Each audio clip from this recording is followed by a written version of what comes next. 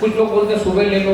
Science क्या कहता है? भारत कहता है कि 10 से 2 बजे की जो धूप है आपकी, वो आपको अल्ट्रा वायलेट रेज देती है। अगर आपको बच्चे की बॉडी में विटामिन डी बढ़ाना है, आपकी बॉडी में विटामिन डी बढ़ाना है, तो बच्चे को पॉली धूप दिखा दो, कुछ नहीं होगा बच्चे का पॉली धूप से। बच्चे का जो भी भला होगा तो 10 से 2 बजे तक की धूप में होगा। इसीलिए भारत में जो नाभि को केंद्र बोला गया कि नाभि के डिस्प्लेसमेंट से शुगर होती है। नाभि अगर आपकी जो है खराब हो जाए, सरक जाए, खसक जाए, तो डायबिटीज का मुख्य कारण है। इसलिए विटामिन डी के लिए विदेशी क्या करते हैं? चड्डी बनियान में पड़े रहते हैं गोवा में। भारत का सनातन शास्त्र क्या कहता है कि अगर नाभि को खुला रखा जाए तो यहीं से विटामिन डी अंदर चला जाता है। इसलिए भारत में नाभि के 4 उंगल नीचे साड़ी बांधने की प्रथा थी दिन में, कि दिन में वो सेंटर सक्रिय है। दिन में अगर आप नाभि के 4 उंगल नीचे साड़ी बांधेंगे तो जो है सारा विटामिन डी नाभि सब कर लेगी। आपको विदेशियों के जैसे सब कपड़े खोल के बैठने की जरूरत नहीं है। भारत का साइंस है, उनके पास नहीं है तो वो सब कपड़े निकाल कर संबाद लेते हैं। आपके पास नाभि है, भारत ने नाभि पे बात की। तो रात्रि के समय अगर साड़ी पहनना है तो कैसे पहनेंगे? नाभि के ऊपर, लेकिन रात को जो है नाभि के ऊपर नहीं रखेंगे। लेकिन दिन में अगर हम कहीं जाते हैं, छत पे जा रहे हैं, भले ही आपके पास 2 घंटे का टाइम है, आप छत पे चले गए, 2 घंटे आपने नाभि के नीचे आपने साड़ी जो है रखी, पूरा विटामिन डी सब हो जाएगा। आप आइए, आपके सारे काम करिए, वापस आप साड़ी को नाभि के ऊपर कर लीजिए, ऐसा कोई प्रोटोकॉल है। लेकिन रात्रि के समय उस सेंटर से एनर्जी चली जाएगी, तो रात्रि के समय आपको नाभि ओपन या एक्सपोज करने की जरूरत नहीं। तो ये सारा चीजें जो हैं, ये कौन सिखाएगा, कौन बताएगा? ये सब चीजें गायब होती चली गई। तो अब हम विटामिन D3 के इंजेक्शन ले रहे हैं, गोली खा रहे हैं, नाभि से ही वो काम हो जाता है ना। अगर हम गच्ची पे सिर्फ नाभि ओपन करके बैठ गए, हमारा काम हो जाता। तो अब हमें पता ही नहीं हम क्या कर रहे हैं, D3 का इंजेक्शन ले रहे हैं, हमें पता ही नहीं है कि 7-8 बजे की धूप हमारे लिए कोई फायदेमंद नहीं है। हमारे लिए धूप फायदेमंद है 10 से 2 बजे। 10 से 2 बजे की धूप हमें अल्ट्रावायलेट रेज देगी, उसी समय सूरज अल्ट्रावायलेट तरंगें छोड़ता है। तो हम जो है पूर्वी देश में सबसे पहले सूरज उगता है, हमारे यहाँ बांझपन होने की चीज। जब मैं गोवा गया तो मैंने बहुत सारी रशियन लड़कियां देखी, तो मैंने कहा आप लोग यहाँ क्यों आते हो?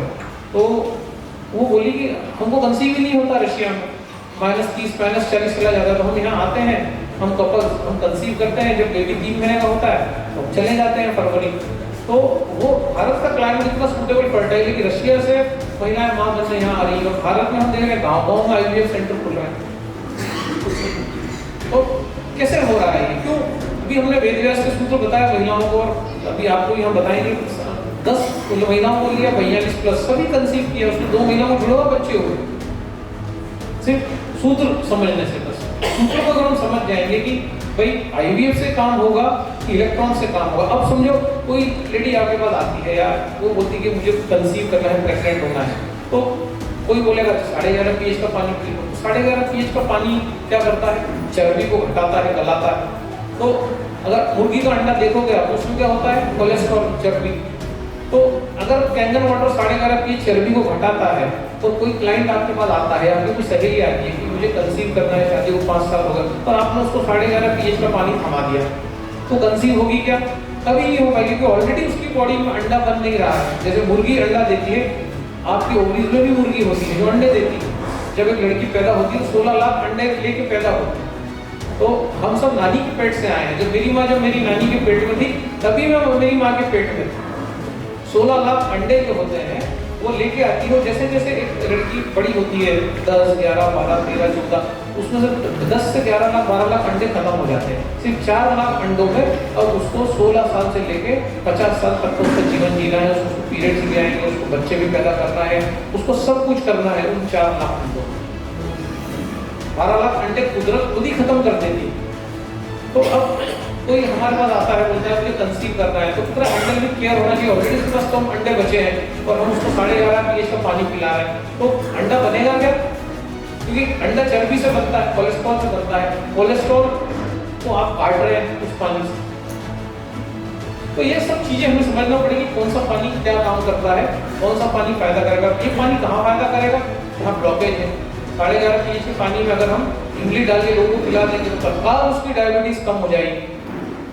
किसी को थायराइड है, इमली का भी यहाँ पर आएगा जिक्र, आगे इमली का फोटो भी आएगा। इमली का पानी मैं कहता हूँ सभी को पीना चाहिए। एक होता है हार्ट अटैक, एक होता है कार्डियक अरेस्ट। कार्डियक अरेस्ट बच्चे को भी हो सकता है, लेकिन बच्चे को कभी हार्ट अटैक नहीं आएगा।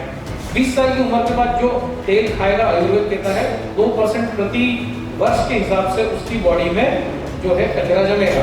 मतलब 40 साल अगर उसने तेल खाया तो 80% उसकी बॉडी ब्लॉक हो जाएगी, फिर उसके बाद उसको अटैक आएगा। लेकिन एक बच्चे को अटैक क्यों आया? वो तो 8 साल 9 साल का है। तो बच्चे को अटैक आता है पोटेशियम साइट्रेट की कमी से। पोटेशियम साइट्रेट किसमें होता है? सबसे उच्च कोटि का इमली में होता है। इमली जो है 3 प्रकार के भोजन है धरती पे, मैग्नेटिक फूड, इलेक्ट्रोमैग्नेटिक और इलेक्ट्रिक। मैग्नेटिक फूड कौन सा है? जिसपे सूरज की रोशनी नहीं पड़ी, गाजर, चुकंदर, लहसुन, सब मैग्नेटिक फूड में आएगा। इलेक्ट्रोमैग्नेटिक कौन सा फूड है? तो ऊपर तो आया लेकिन लुढ़क गया, लौकी की बेल हुई, टमाटर हुआ, भिंडी हुई, आपका गोभी, पत्ता गोभी, ऊपर तो चढ़े लेकिन लुढ़क गए, ऊपर नहीं जा पाए, वो है इलेक्ट्रोमैग्नेटिक फूड। एक है इलेक्ट्रिक फूड, कोकोनट हुआ, खजूर हुआ, मैंगो हुआ, एप्पल हुआ, जो ऊपर चले गए, जो ग्रेविटी के अगेंस्ट चला गया, पपीता है, ये इलेक्ट्रिक फूड हो गया। तो मेरी बॉडी में अगर मुझे वोल्टेज को बढ़ाना है तो मुझे क्या करना होगा? एक स्त्री को अगर बच्चा पैदा करना है तो क्या करना होगा? उसको इलेक्ट्रिसिटी जनरेट करनी होगी। आयुर्वेद क्या बोलेगा? अग्नि मंद पड़ गई स्त्री की, अग्नि खराब हो गई इसलिए बच्चा नहीं हो रहा है। तो अग्नि कैसे बढ़ेगी? तो उसके लिए फिर पतंजलि बोलेंगे कपालभाति करो, है ना। तो भारत में अलग अलग बात होगी, इतना विस्तृत भारत का साइंस है। पतंजलि बोलेंगे कपालभाति करो, है ना। कोई बोलेगा कि जो है अग्नि अगर कम हो रही है, मेरे जैसा फूड साइंटिस्ट क्या बोलेगा कि जो है इलेक्ट्रिक फूड खाना चालू करो, फलों को बढ़ा दो, क्योंकि फलों में अग्नि होती है। रामचरितमानस कहता है अग्नि तत्व फलों में होता है, जल तत्व जो है आपका सब्जियों में होता है, आपका वायु तत्व पत्तियों में होता है, आकाश तत्व मतलब कुछ भी नहीं, स्पेस, पृथ्वी तत्व अनाजों में होता है। तो 4 अलग अलग चीजों की बैलेंसिंग। आपको बच्चा नहीं हो रहा है, आपकी अग्नि खराब हो रही है, तो आपको क्या करना होगा? बहुत ज्यादा फल खाने होंगे। अगर बहुत ज्यादा चर्बी बढ़ रही है तो क्या चर्बी पेट में भी होती है, नसों में भी होती है। तो पेट के अंदर की जो चर्बी है वो कैसे जाएगी? जब आप फल खाएंगे तब वो चर्बी जाएगी। फट में सॉल्यूबल फैट है तो आपके फ्रूट्स में, अनाज में अनसॉल्यूबल फैट है। तो जिसको लैट्रिन ठीक से नहीं आ रही, बंधा हुआ मल नहीं आ रहा है, बिल्कुल एक मल बिल्कुल बंधा हुआ आना चाहिए, तो उसके लिए क्या है? उसका इनसॉल्यूबल फाइबर कम हो रहा है, मतलब उसको सब्जियां बढ़ानी पड़ेगी। ढेर सारी सब्जी खाएगा, अनाज थोड़ा कम करेगा, ऑटोमेटिक मल जो है बंध के आने लगेगा, है ना।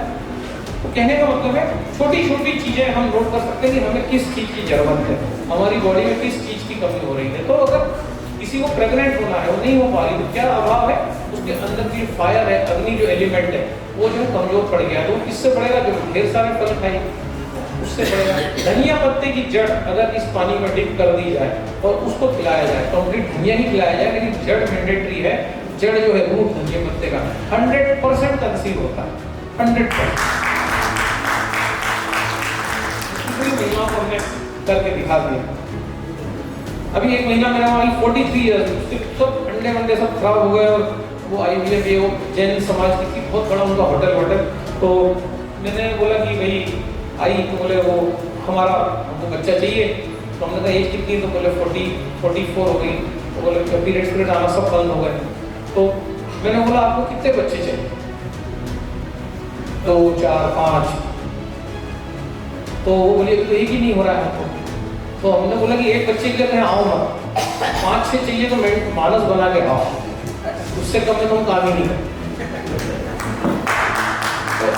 मेरी वाइफ बोली क्या भगवान से भी तुम्हें डर नहीं लगता? तो भगवान से तो डरो, किसी बात करते हो जिसको एक भी नहीं हो रहा है। हमने कहा कि भाई इसीलिए उसको बोला गया कितने बच्चे चाहिए, ताकि उसका जो मेंटल जो माइंड सेट है उसको ये समझ में आना चाहिए कि वो गर्भवती हो सकती है।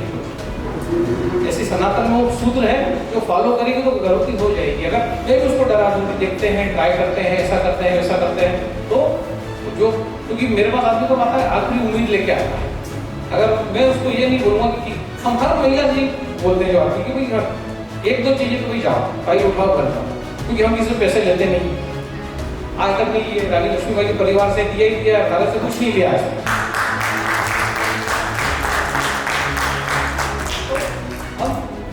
लेंगे नहीं पैसे, तो पैसे लेंगे नहीं, तो हम जो कह रहे हैं उसको अगर आप फॉलो करोगे तो हमें खुशी होगी कि आप तो हो रहा है। मैसेज आते हैं कि कंसीव हो गया तो बेबी हो गई तो बॉय हो गया, तो बॉय का तो हम बताते भी नहीं कि बॉय कैसे हुआ ये हो, क्योंकि वो सब नियमों के खिलाफ है। लेकिन सनातन में सारा दिया हुआ है कि जब अंडा बिल्कुल गर्भाशय में पास आ जाएगा, जब स्पर्म को कम ट्रेवल करना पड़ेगा, और उस समय अगर जो है समागम होता है तो 100% लड़का होने के चांसेस है। लेकिन जितना अंडा गर्भाशय में दूर है, स्पर्म को जितना लंबा ट्रेवल करना पड़ेगा, उतना लड़की होने के चांसेस ज्यादा। तो कैसे जब तक योनि का वो ट्रैक एल्कलाइन नहीं होगा, वो जो अंडा है वो बीच में आएगा ही नहीं गर्भाशय के, तो लड़की होने के चांसेस बढ़ जाएंगे। सिंपल सूत्र हैं सारे दिए हुए हैं। अगर योनि को इंक्लाइन किया जाए, हमने बोला कि जब आपका रिलेशनशिप बनाने वाले उस समय अगर आप योनि को उस पर्टिकुलर पीरियड के लिए इंक्लाइन करो तो योनि एसिडिक होती है, हो सकता है कि उस स्पर्म को जो वही रोक रही हो, जाने ही नहीं दे रही हो, वो ड्राई की इतना एसिडिक हो गया है, स्पर्म कमजोर होता है, इसलिए लंबा स्पर्म जो जाएगा तो लड़के का स्पर्म मर जाता है, लड़के से भी कमजोरी होते हैं करते, तो लड़के का स्पर्म मर जाता है वहाँ तक, लड़की 100% हो जाएगी अगर एक बिल्कुल गर्भाशय में ऊपर है तो ये इतने छोटे छोटे सूत्र एसिड और एल्कलिनिटी के, ये इसी सूत्र में सारी चीजें वर्णित हैं जो है वेद व्यास ने यही सूत्र गांधारी को दिए। गांधारी को दिए तो जैसा बीआर चोपड़ा ने आपको बताया कि वो गांधारी का भ्रूण निकाला, उसको 100 मटके में डाला, कैसा हुआ होगा, मटके में बच्चा पैदा होता है, उसको प्रत्यारोपित किया गया उसके एग्स को निकाल के। जो आज जो हो रहा है, जब मेरी एक डिबेट हुई एक बहुत बड़ी आईवीएफ एक्सपर्ट है, तो मैंने बोला ये तो सब इंडिया में दिया हुआ है, वेद व्यास के सूत्रों में है, तो बोले आप साबित करिए, बोले कैसे, तो मैंने बोला भाई गांधारी के जो बच्चे हैं सो अलग अलग महिलाओं को प्रत्यारोपित किया गया, हर महिला को जो है उस समय भी जुड़वा बच्चे हुए, लड़के हुए, आज भी आईवीएफ आप करते हो तो लड़का ही पैदा होता है,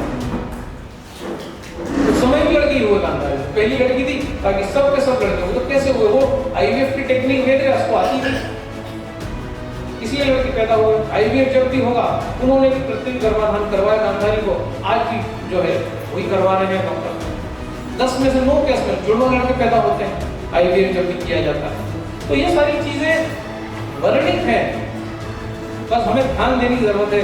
अग्नि का प्रिंसिपल, पानी का प्रिंसिपल, हम किसी को कुछ भी पानी उठा के दे देंगे तो बोलेंगे हाँ हो जाओ तुम करोगे, तो तुम कोई वेद व्यास नहीं हो, है ना, नहीं होगा उसको बच्चा का 11.5 पीए का पानी उसको पिलाया जाएगा, वो मिसकैरेज हो जाएगा अगर वो गर्भधान करेगी और ज्यादा एल्कलाइन पानी पिएगी। तो इस सूत्रों को समझना पड़ेगा हमको।